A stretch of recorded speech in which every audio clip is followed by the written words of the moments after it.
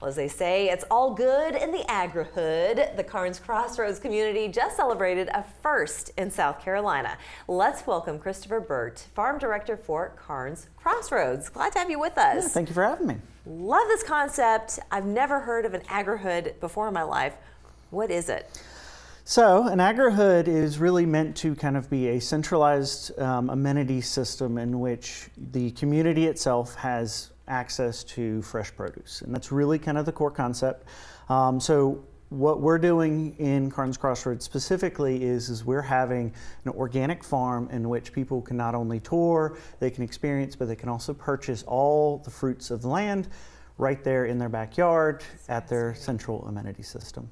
That's amazing. So Carnes Crossroads is like many other newly developed communities, different homes, you have all kinds of floor plans, townhomes, things like that. So it's a new development, but then the idea of incorporating a portion of it as farmland to actually grow vegetables to be sold to the residents is truly a unique concept. How do you make that all happen?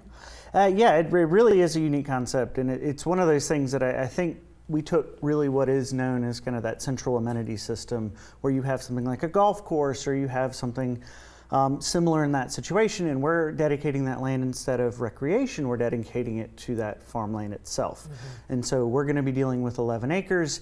That 11 acres, of course, that is prime real estate, and so the idea is the community not only is going to kind of experience, but they're also going to have access to it, and that's really how we're able to sell it to the community itself. 11 acres, what do you grow on 11 acres? A lot. And so our main focus right now is really quick succession vegetables, lots of herbs, really anything we can grow very fast. The big thing that we're going to incorporate as it progresses is going to be lots of fruits, especially fruits that are going to do well, that are endemic here. And kind of as we're growing right now, though, it's produce, it's very new land, and so we're getting kind of used to it, learning it, and working it as much as possible. Yeah, so we were discussing before we got started that it does take time to mature the soil, but everything has a very local flair to it, from the compost to other items. So maybe you can talk a bit about all the hands and all the ingredients that go into creating this Carnes Crossroads farm. Yeah, of course. So the big thing kind of starting off is with the land. This is, as I mentioned, virgin soil. So we're working it really for the very first time, which means we have to kind of baby it along, get it growing as much as possible. That soil is going to need some time to really grow. And so the way we're going to do that is not only through our organic practices, but kind of regenerative agricultural practices. We're adding compost, we're cover cropping, we're doing all these things to kind of incorporate as much as we can to the soil itself. And once we've done that, then we're growing all the fruits and vegetables that are going to really do well here based on the proper season. And so this is going to include things that grow in the cool season. We're focusing a lot of root vegetables and greens, and then during the warm season, we're growing a lot of fruits, things like squash and tomatoes. And so we're really trying to incorporate that kind of seasonality to it. It's a nice looking squash. It is, absolutely. It's a nice looking squash, I gotta say. And these are cucumbers. Yeah. And the nice thing is as the produce is growing, we're also bringing in other things, these dry goods, kind of these pantry goods that are as locally sourced as possible. Yeah, you brought a couple with you. So one is an olive oil. I didn't realize that they made olive oil in Georgia. It's very uncommon to see olives take a long time to grow, and so it takes a lot to grow olives for olive oil. Sure. And the most local we could find really was Georgia, and it was kind of perfect. We wanted olive oil as local as possible. Indeed. And of course we've got honey that's creamed honey there, but honey that is found in Berkeley County. There's lots of honey producers around. We wanted to have it as local as possible. And of course, a lot of those dry goods, those pantry goods that are coming from local companies throughout the Lowcountry.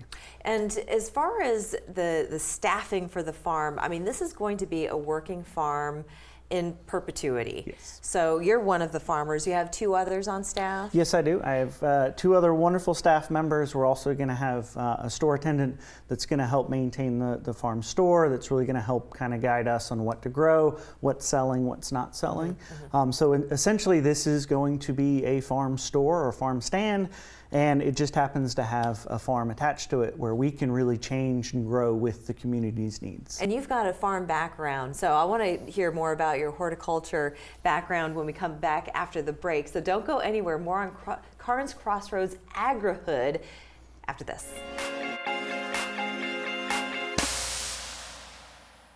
Welcome back. We've been chatting with Christopher Burt, Farm Director for Carnes Crossroads, and their new agrihood that is just about a week old.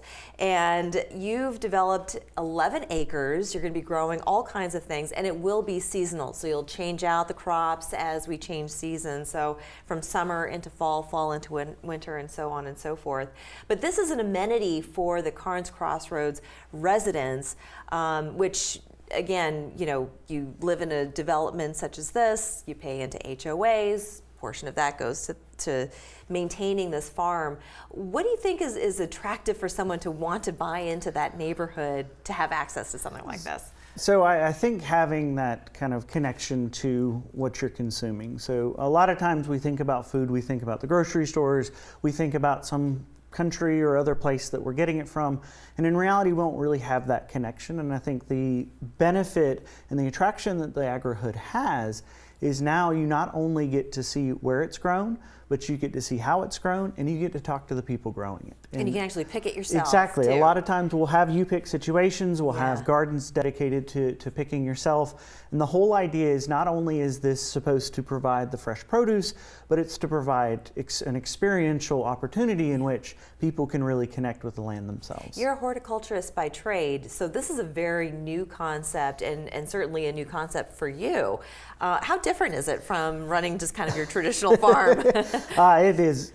I would say it's quite different in the aspect that we have a lot of support behind us. So we're going in, we're not necessarily going in blind saying, all right, we're just going to start growing and see what happens. We're going in with a lot of support both from the HOA and from the developers. And so it's nice to have that. Not many farmers really get that opportunity. But the other thing is we really got to connect with the residents in the community before we ever started planting anything in the ground. And so that was kind of a unique aspect as well. It really made kind of starting off feel like we were kind of hitting the ground running. Yeah, and you, being, you know, the expert that you are, you can impart that wisdom and that education onto people who live there so that they can also create their own home gardens, so they don't necessarily have to visit the store or the farm. They can grow something in their own backyard. So there's going to be some learning opportunities there as well. Of course. So my background, of course, is with extension and research agriculture. So I've done a lot of kind of that teaching element, and that's something that I really am kind of passionate about. And we definitely are going to offer as many of those opportunities as possible. Sure. Again, we want the residents to really feel a part of it. We want them to get to know us. We want them to really get to know how we're doing things, because that way they can kind of learn from it and grow from it as well as us. And again, you're brand new, so I know there's a long, probably 5-10 year plan, but within the maybe nearer future, you do plan on adding philanthropy to sort of the mix. And as we know, the whole state of South Carolina, there are so many food deserts and little access to fresh fruits and vegetables. So what is Carnes Crossroads going to do? What are they hoping to achieve in terms of creating that partnership? So as of right now, we're kind of looking into what we can do. Obviously, just starting off, we're really focused on the residents themselves.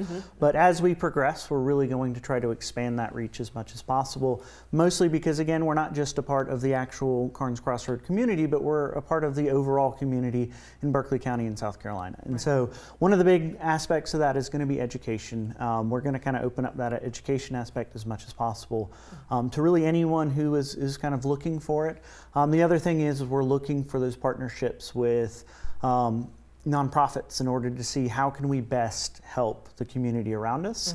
Those are things that are all kind of early in production right now, but those are things that we're definitely looking into. Okay. Well, and it's not just for the community itself as far as the development community, but anybody who's passing through and would like to stop at the store, you can also come in and buy your goods. Absolutely. So this is open to the public. The idea is we want this to kind of be a good selling point, not only for Carnes Crossroads, but for the low country of South Carolina. And so we want people to come on in, visit us, say hello. If you want to look at the farm, you can.